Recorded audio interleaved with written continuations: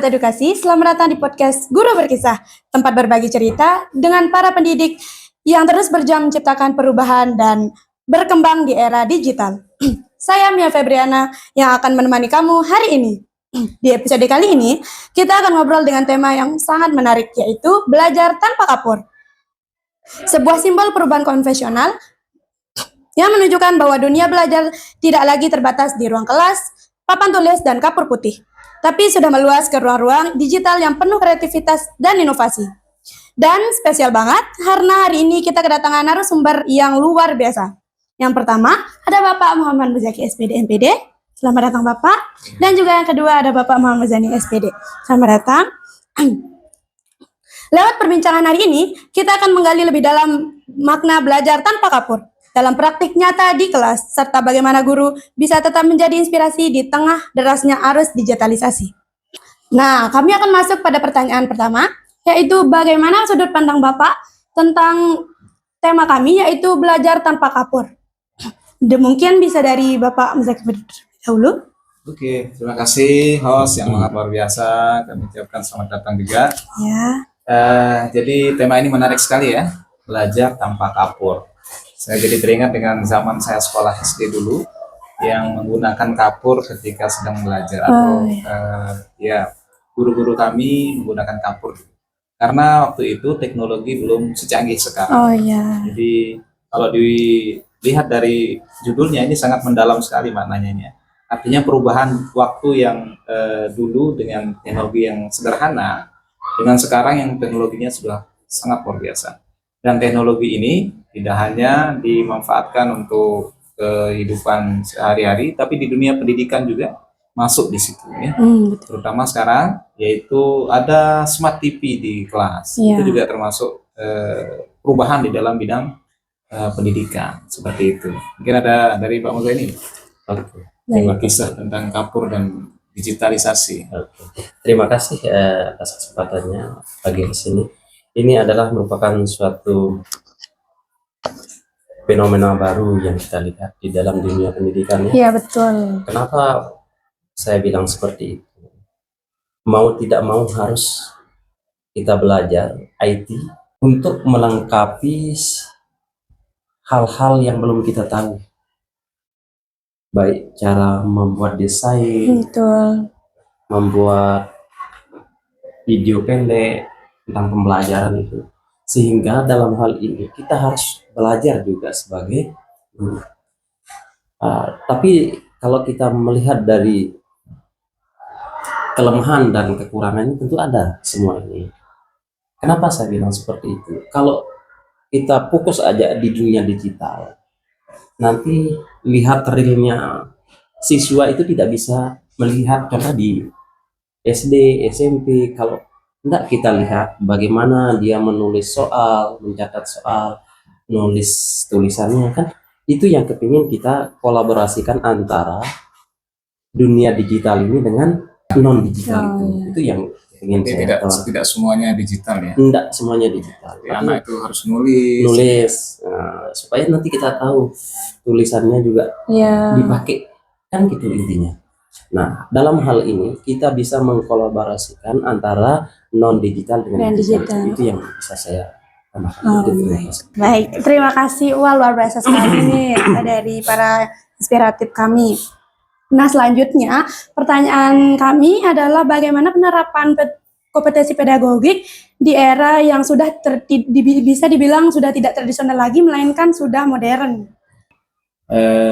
Pembelajaran yang kita lakukan di Manin terutama ya guru-guru yang ada sini semua memanfaatkan teknologi yang ada.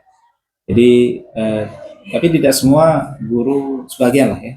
Sebagian itu memanfaatkan media seperti Canva untuk mendesain PPT untuk menarik anak, ketertarikan mereka untuk belajar. Jadi sesuatu yang animasi yang menarik itu membuat anak-anak ini semangat dalam belajar dan mereka lebih cepat untuk memahami sesuatu itu ketimbang hanya ceramah saja. Kalau ceramah kan model lama ya, tapi tidak semua tidak ditinggalkan ceramah itu walaupun dia model lama tapi tetap hanya tambahan saja untuk mengkolaborasikan ya seperti itu. Jadi tidak melulu ceramah saja ya, Kalau dulu kan melulu ceramah. Iya. Kalau sekarang ada video yang ditampilkan, ada PPT yang ditampilkan, nah, sehingga membuat anak itu tertarik. Ya. Dan seperti yang bilang tadi, bahwa kompetensi guru itu selalu harus ditingkatkan. Oh iya. Ya. Terlebih di kami di sini itu ada namanya Pintar Kemenang. Di platform Pintar Kemenang itu, di sana akan melatih semua guru-guru yang ada. Jadi kita masuk di platform itu, kemudian kita daftar, kita mengikuti pelatihannya secara online, termasuk media pembelajaran, dan semuanya ada di situ. Jadi itu adalah sarana-sarana untuk meningkatkan kompetensi yang ada di sini. Kompetensi guru. Ya Pak Museni ya? Iya, di dunia digital sekarang ini. Baik. Tentu itu semua nanti kan akan kembali kepada anak. Potensi guru yang tinggi terutama ya, itu nanti akan berpengaruh kepada anak. Bagaimana cara meningkatkan kualitas anak, lulusan kita supaya lebih baik dari tahun-tahun sebelumnya. Baik, oh keren sekali ya. Berarti ini antara pengkolaborasian pembelajaran tradisional dan juga modern. Iya. Tradisional yang tidak ditinggalkan, tapi juga modern yang diterima dan dikembangkan, Iya, berarti ya. betul sekali. Baik. Nah, untuk penonton kita di rumah ini, bagaimana sih pesan Bapak untuk guru-guru yang masih harus tahu tentang digitalisasi dan tidak melulu tentang tradisionalisme gitu? Sebagai guru, kita harus belajar juga. Tidak hanya siswa saja. Oh iya Ya, betul. siswa itu harus belajar dan juga guru juga harus belajar. Ya, setiap saat, terutama dalam perkembangan teknologi. Oh iya. Ya. Kalau dulu tidak ada Canva untuk membuat suatu animasi yang menarik misalkan, sekarang ada. Iya. Maka guru harus belajar supaya bisa menggunakan aplikasi itu. Tujuannya untuk apa? Tujuannya tidak lain adalah untuk meningkatkan kompetensi dan untuk meningkatkan pemahaman siswa tentang materi itu. Oh iya. Jadi faedahnya sudah jauh ya. Ketika ada sempat saya buat penelitian kecil-kecilan, jadi ada pembelajaran yang tidak menggunakan Canva dan pembelajaran yang menggunakan Canva. Jadi hasilnya adalah motivasi anak itu lebih tinggi dan semangat belajar anak itu lebih tinggi juga. Baik. Seperti itu. Wah, keren ya. Oke. Kalau menurut Bapak? Iya, kalau menurut saya, ini kan ada pengawasan di sekolah. Itu kan sudah guru yang mengawasi pembelajaran dari awal masuk sampai keluar sekolah. Iya, betul. Nah, pulang sekolah. Nah, kemudian setelah pulang sekolah itu, yang ingin saya tekankan di sini, pembelajaran itu ada di dunia digital, itu harus perlu kita awasi. Kenapa saya bilang seperti itu, pengawasan itu? Karena juga di dunia digital ini, kita memberikan batas. Oh, ini yang tidak boleh, ini yang boleh. Begitu juga di sekolah kan. Ini jalannya, ini masalahnya, jalan keluarnya begini. Ini yang kalian tidak boleh perbuat, ini yang kalian boleh perbuat. Artinya apa? Dari orang tua dengan guru itu ada sinkronisasi. Baik. Biasa nih, nyambung Pancasila berarti dengan kehidupan siswa. Iya. Iya, nah, itu biasa. Iya. Materi diberikan di sekolah dan actionnya dilakukan di rumah Iya, ya. iya. Oh, baik. Baik, kita masuk ke pertanyaan ketiga, yaitu dengan tadi sudah dari awal dijelaskan bahwa perubahan yang sangat pesat untuk dunia pendidikan itu sangat besar ya. Nah, pasti itu ada tantangan tersendirinya kan untuk para pendidik dan juga untuk murid-muridnya gitu. Bisa berikan kami gambaran tentang tantangan para pendidik, Bapak? Tantangan-tantangan yang kita hadapi terkait dengan teknologi ini, contohnya misalkan ya, semua anak membawa HP. Ya. Nah, di saat pembelajaran di kelas, HP ini kemudian bisa mengganggu proses pembelajaran yang ada dalam kelas. Itu juga termasuk tantangan. Oh iya. Ya. Maka caranya adalah kita kumpulkan HP itu jadi satu tempat, kita taruh di ruang BK. Nah, masalahnya adalah ada anak-anak kadang yang tidak mau mengumpulkan, walaupun kita sudah menyuruh mereka untuk mengumpulkan. Nah, yang tidak mengumpulkan ini kemudian menjadi tantangan juga, ya. Iya. Seperti itu. Itu tantangan dan solusi lah. Gitu. Oh iya. Kalau Bapak bagaimana tantangan tersendirinya? Apakah sangat-sangat berterasa gitu untuk Bapak? Untuk Pak Guru, Untuk pribadi. itu cyberbullying itu. Oh iya, Iya. cyberbullying ya. Cyberbullying itu adalah pembulian modelnya itu. Bullying. Mengata-ngatain orang kan begitu.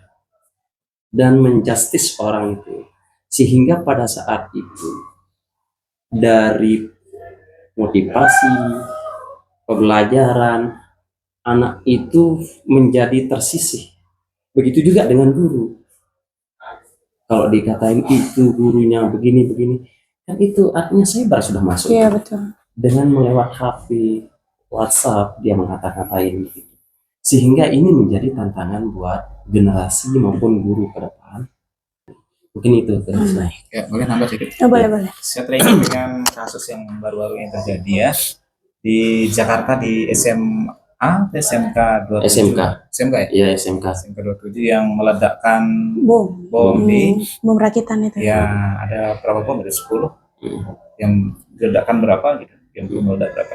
Jadi setelah saya dengar bahwa ternyata anak ini ada kecenderungan untuk apa namanya menyukai game tertentu. Jadi itu mungkin yang dipraktekkan mungkin ya. Oh iya. Ya, jadi teknologi ini maksudnya adalah bisa juga mengarah ke hal-hal yang negatif Iya, seperti itu betul. ya. Padahal itu adalah seorang pelajar. Dia melakukan itu meledakkan sekolahnya sendiri. Ya. Iya. Luar biasa itu pikirannya bagaimana saya juga Iya. belum paham itu ya. Nah, maksudnya adalah teknologi ini tentu harus kita ambil secara bijak ya. Terutama di kalangan siswa ya. Kalangan siswa kita harus sebagai orang tua juga di rumah itu membatasi anak-anak ini untuk tidak terlalu banyak memegang HP, kemudian memainkan game ya, sehingga akan berpengaruh ke situ Betul. ya. Komunikasi dengan tetangga juga jarang. So, kalau saya lihat anak-anak sekarang gitu. Oh iya. Kita juga Main game mahasiswa aja. juga Iya, begitu, dengan ya. anunya aja ya, tertarik dengan game saja gitu. Iya. Mengurung diri di rumah, buka HP dari pagi sampai malam. Malam sampai ketemu pagi lagi Sampai ketemu malahan. pagi lagi. Sehingga anak-anak ini kelihatan putih. Iya. Karena jarang keluar ya. Tapi yang poinnya tadi adalah bahwa penggunaan teknologi ini ternyata imbasnya tidak baik juga untuk anak-anak, terutama tadi kasus yang real terjadi akhir-akhir ini Iya. bahwa siswa meledakkan sekolahnya sendiri, Pak Muzaini. Sekolahnya sendiri, bukan sekolah orang. Ya, itu menjadi PR kita ya supaya tidak terjadi hal-hal seperti itu lagi. Gitu aja. Oh iya, intinya pengawasan yang kuat Iya, ya juga pengawasan untuk pendidik bahwa untuk mengawasi murid-muridnya gitu. Teknologi yang canggih Iya. tidak Selamanya kalau baik. tidak digunakan dengan baik juga akan mengakibatkan sesuatu yang tidak baik. Betul. Ya. Baik, wah luar biasa sekali nih pembahasan kita udah makin menarik. Nah, kami akan masuk pada tahap pertanyaan terakhir, yaitu apa tantangan terbesar penerapan kode etik guru ketika pembelajaran dilakukan secara online? Baik, Bisa dulu? mungkin dari Oke. dari Pak Musik dulu. Saya teringat dengan fenomena COVID ya tahun 2000 berapa itu COVID itu 2019 2019. ya. Ya, jadi pada saat itu semua sekolah tidak terkecuali kami yang ada di MAN ini Iya, itu menggunakan media online untuk pembelajaran. daring ya. Ya, daring ya. Tentu itu apa namanya suatu kejadian yang luar biasa ya, artinya imbasnya juga luar biasa. Jadi anak-anak yang tadinya tidak punya HP dipaksa harus punya HP, Ya. ya, entah itu mau pinjam ke orang tuanya, mau pinjam ke adiknya, kakaknya, keluarganya gitu kan. Yang penting pada saat pembelajaran itu ada. Harus ada Harus HP ada ya. HP. Kenapa? Karena kita kan menyapa kan, nyapa anak-anak itu halo, mengabsen si A misalkan Mia gitu kan, Iya, Pasha betul. mana nih kan nggak kelihatan kan. Ya. Nah itu salah satu bentuk apa namanya kepedulian, artinya kita terus melaksanakan pembelajaran di saat COVID terjadi. Nah kita nyapa anak, kita absen satu-satu anak, nanyakan kabarnya bagaimana di rumah, begitu kan, dan seterusnya. Itu dari saya itu aja dulu. Oh, Mungkin iya. ada tambahan panjang lebar dari Bang saya. Iya, boleh. Karena saya panjang mungkin itu makanya Ya. Oke, terima kasih. Kalau bicara tentang pertanyaan yang kode etik itu tentu sama seperti biasa di pembelajaran non Non digital. digital juga seperti itu di dalam keseharian. Tentu di dalam pembelajaran itu kita kasih gambaran umum tentang pembelajaran itu. Ya, itu udah masuk di sana. Tapi yang pertama-tama sebelum kita membuka pembelajaran itu kode etik yang pertama itu kita mengucap salam dulu kalau umat Islam. Betul. Tapi kalau yang agama Hindu tentu kita bicara tentang selamat. Pokoknya kata-kata itu yang kita Tapi kan dengar. enggak ada Iya. Hindu kita kan Iya. Islam aja nih. Iya, Iya. bicara tentang pembelajaran secara umum kan begitu. Yang kedua, tentu etikanya ada. Apa yang harus bisa kita tampilkan di dalam pembelajaran itu lewat digital itu kan mana yang boleh kelihatan, mana yang tidak boleh Oh, kelihatan. Kan itu. Soalnya di dalam kamar juga kan Oh, bisa iya. kita lewat sana pembelajaran. Tapi kan batasnya ada. Cara berpakaiannya bagaimana yang sopan itu tetap kita lakukan walaupun itu secara digital. Kemudian yang ketiga, di dalam pembelajaran itu juga kita kasih motivasi bagaimana yang baik, kita berikan motivasi. Tetap ada baik dan buruknya di Iya. dalam pembelajaran itu supaya ada perbandingan setiap siswa itu. Kemudian selanjutnya di dalam pembelajaran itu kan kalau mau ada diskusi, ada yang bertanya, tentu ada yang kita ajungkan tangan, caranya kan, atau istilah digital itu apa ya? Resen, Resennya? Resen, angkat tangan. angkat tangan. Ada kan? Kayak di Zoom Zoom meetingnya nah, itu. itu mungkin yang masih di dalam etika, di dalam pembelajaran. Kemudian yang selanjutnya di dalam pembelajaran itu juga kalau sudah kita berikan kesimpulan di dalam pembelajaran itu adalah sebagai kata penutup di dalam pembelajaran, sehingga rentetan etika yang harus kita lakukan, yang harus kita kerjakan, harus kita patuhi juga di dalam Zoom meeting Iya, itu. susunan peraturan-peraturannya. Sehingga di dalam pembelajaran itu juga teratur. Iya. Itu etika yang bisa kita terapkan. Nah, setelah selesai penutup kesimpulan, baru kita tutup dengan salam. Semoga apa yang kalian dapatkan dari Pak Guru ini bisa bermanfaat. Itu mungkin kata-kata penutup.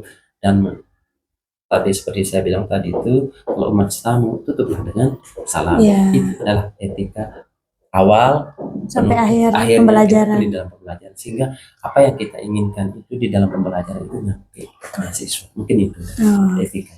Baik. Nah, kita sudah berada di penghujung podcast.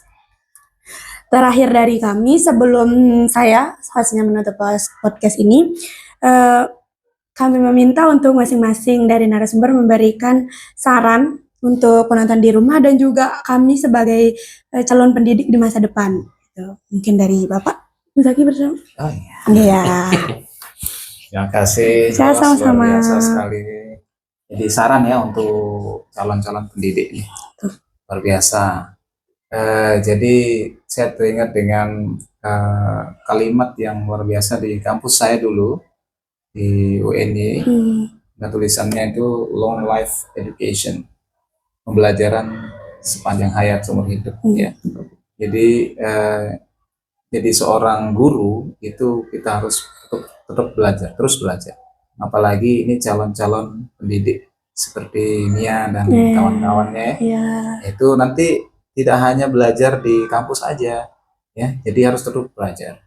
Hanya ada istilah setiap orang itu adalah guru dan setiap tempat itu adalah sekolah.